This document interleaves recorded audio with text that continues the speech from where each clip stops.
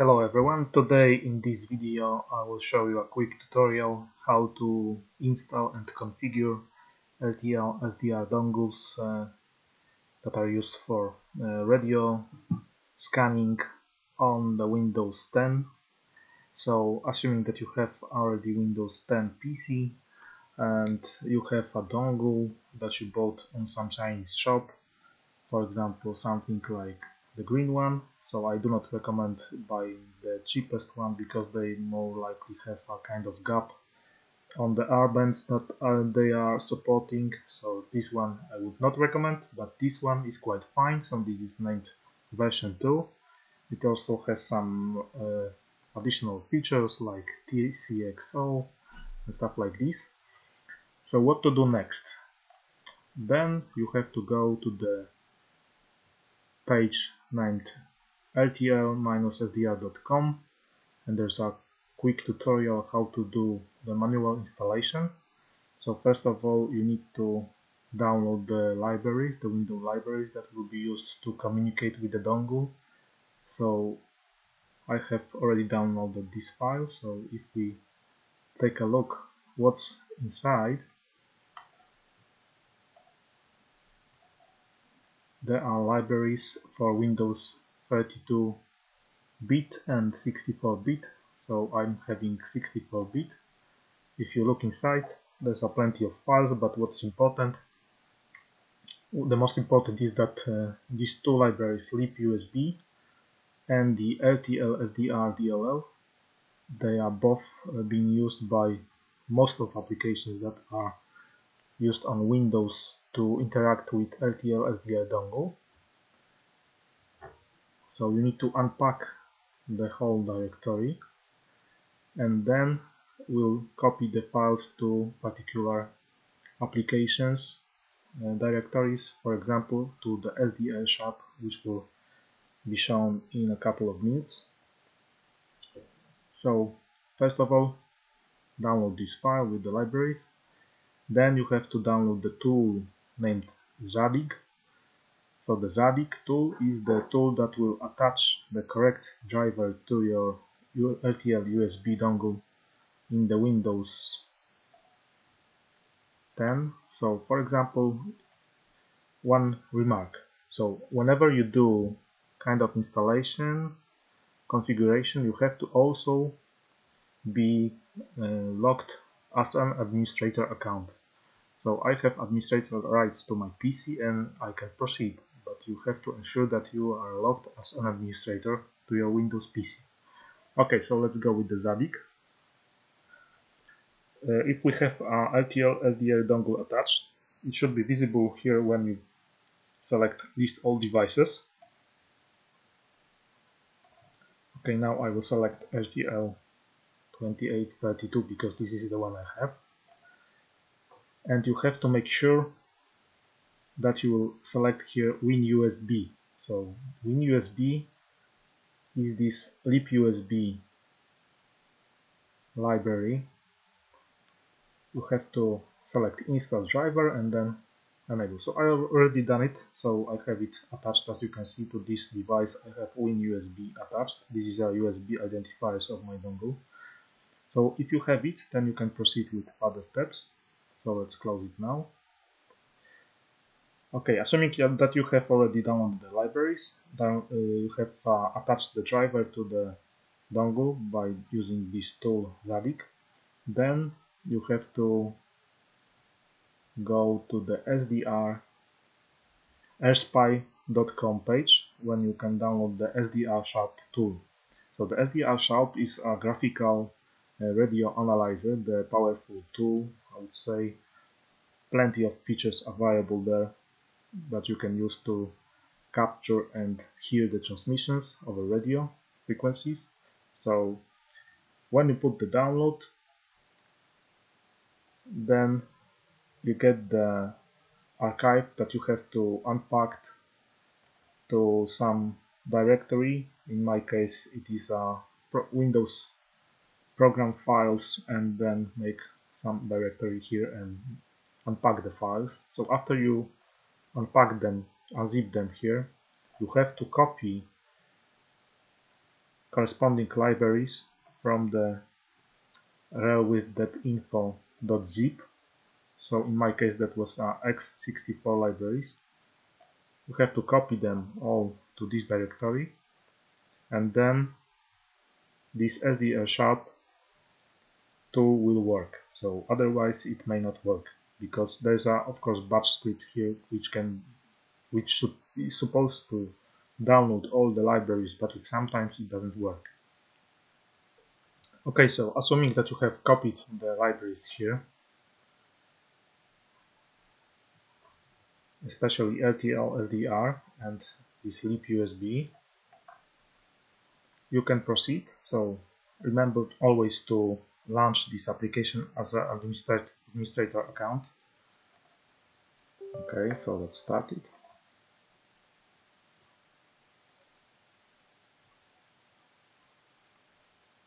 Okay, the next thing you do after it is launched, you select here the RTL-SDR over USB to make it work.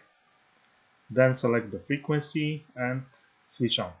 So I have selected ham band frequency just to show you if it's able to catch any kind of APRS transmission. We will, of course, will not decode it here, but we'll try to simply hear it. Let's switch this one on. Another thing is you have to remember to use automatic gain control, so you can enable it here.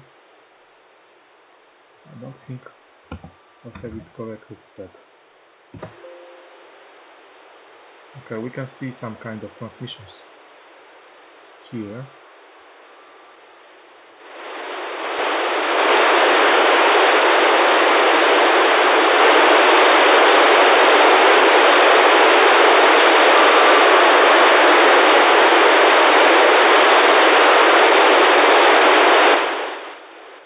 The signal seems to be weak, but we'll see if we can receive anything on the, for example, airplane band. So let's switch to AM and then look for some transmissions here.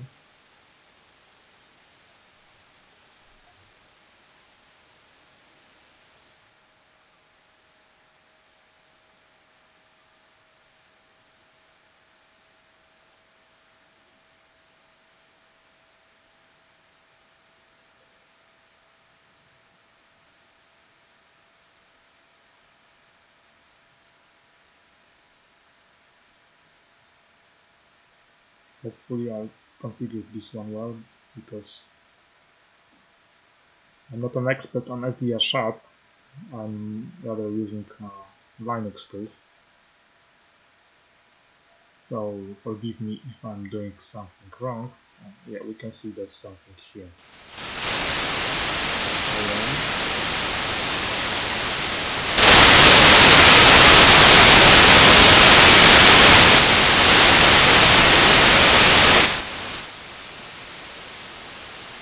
Anyway, you have to experiment with this tool. Maybe my antenna is not so well constructed, but hopefully there are settings that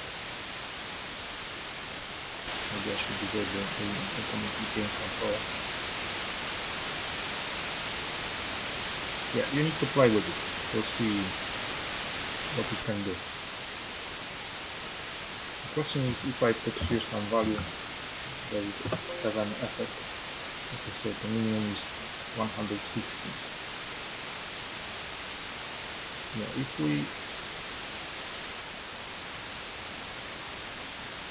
if we press the numbers here, it will switch the frequency according.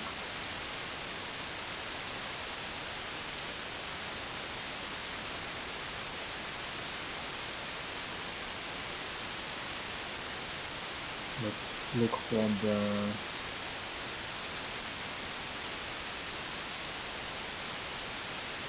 the airport tower nearby.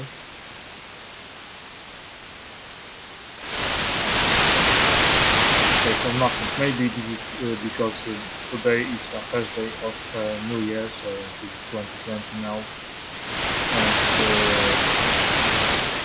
there's not so many planes around. That would be all for this tool. Like I said, you need to experiment to see what it can do. Let's move on.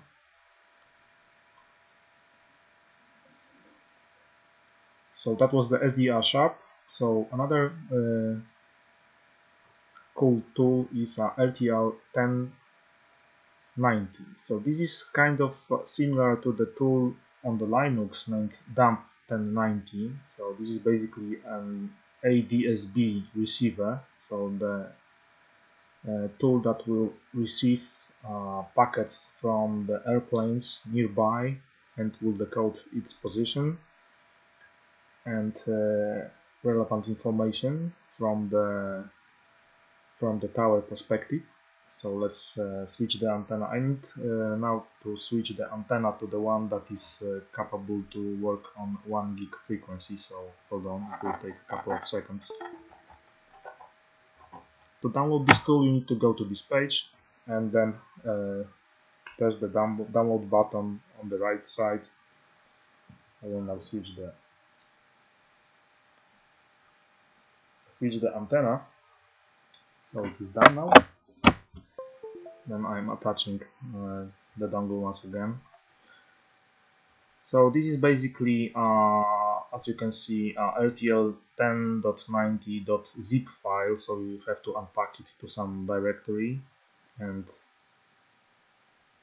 I have it already unpacked here. So there should be several files, but without the files libusb and this RTL-SDR DLL. These files will be missing here, so you need to copy them. You need to copy them from the directory that you have downloaded from this Osmocom site.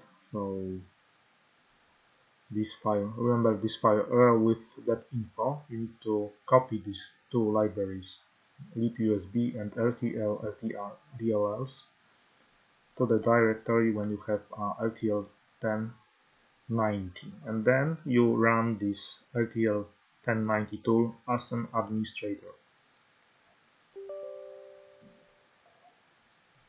Okay, we'll see if there are any information from planes nearby. So let's put start. Let's press start button. So it says that it has found the dongle and now it should receive some information. We'll see. Yeah, so far nothing, but let's give him time. It may take a couple of seconds to catch any information from the planes, because like I said, there's not so many. Oh yeah, we can see some first frames. If we look into the table, there should be some decoded frames visible, but we'll have to wait a couple of minutes, I believe. So like I said, RTL1090 is similar to the dump 1090 on Linux. It will show the decoded frame from ADSB transponders mounted on an aircraft. It should display some informations about the planes, so some identifiers. Sometimes it will show the flight number here in this column, but we don't have it yet, so we need to wait a while. Yeah, there's a first plane decoded. This is a call. It's called this way.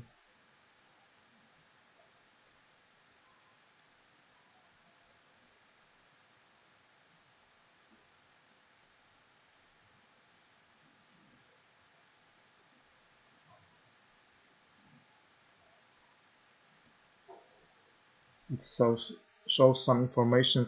It should show some information about the altitude and speed, but there's none yet.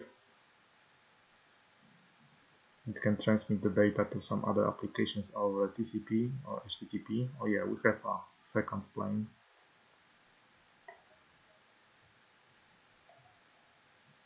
These are decoded frames.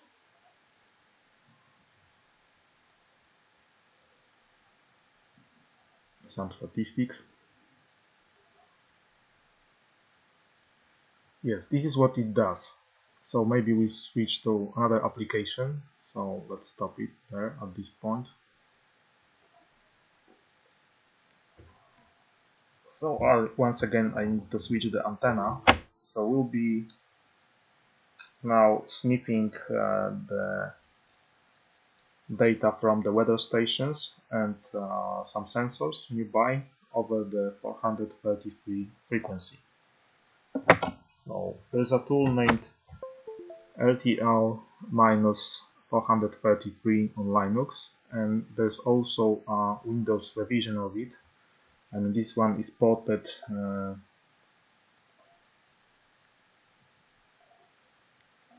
as a Windows binary, so you need to look at this page. These are quite old libraries, but they can still work. So if you look at this page, you'll have information that this is the original version was on this page for Linux, and this guy had ported it to Windows and compiled it using min.gw. So you need to download respectively appropriate file depending on which Windows version you have. I have 64 revision of Windows, so I have this library, this file. So if you unpack it,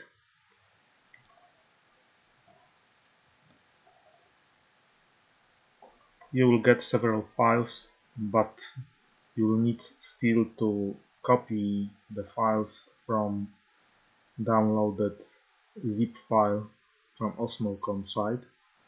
So this one, basically all these files were copied to the directory when you have a RTL-433 application. Then you can run the command line. So like in Linux, you have to run a command line, the terminal, as an admin, as an administrator. This is what I will do now. Yes. I will now copy the path to the application. So I'm changing the directory to this. And then we can launch the application, which is RTL_433 with -G. -G means enable decoding of all known protocols, even the gives some error, but don't worry, it will decode probably. Yeah, we are getting some information from the weather stations. So we can see that the temperature outside is 2.4 Celsius degrees and the humidity is 65. We are also getting some kind of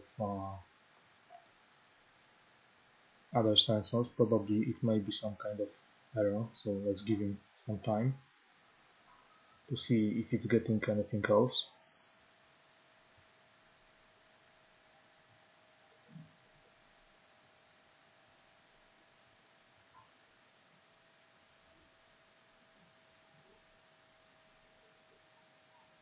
So this application may be kind of old one, because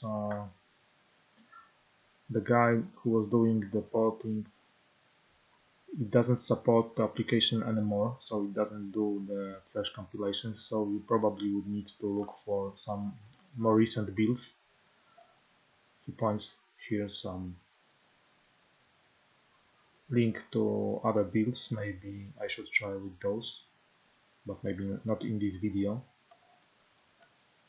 Okay, so far only two data have been received from this sensor. Maybe if I would give him some time, it would be much more. But anyway, so that was basically what you can do at the beginning. You have to experiment and look for some other applications that are usable. So that was simply the starting point. I will now, oh yeah, so when I pressed Ctrl C, it threw a lot of information. That's all. Checks in factory sensors. So I don't know how it is working, but maybe it hanged for a while. You need to experiment, like I said. So that would be all for now. If you enjoyed this video, give the thumbs up and click the subscribe button. Thank you very much and bye bye.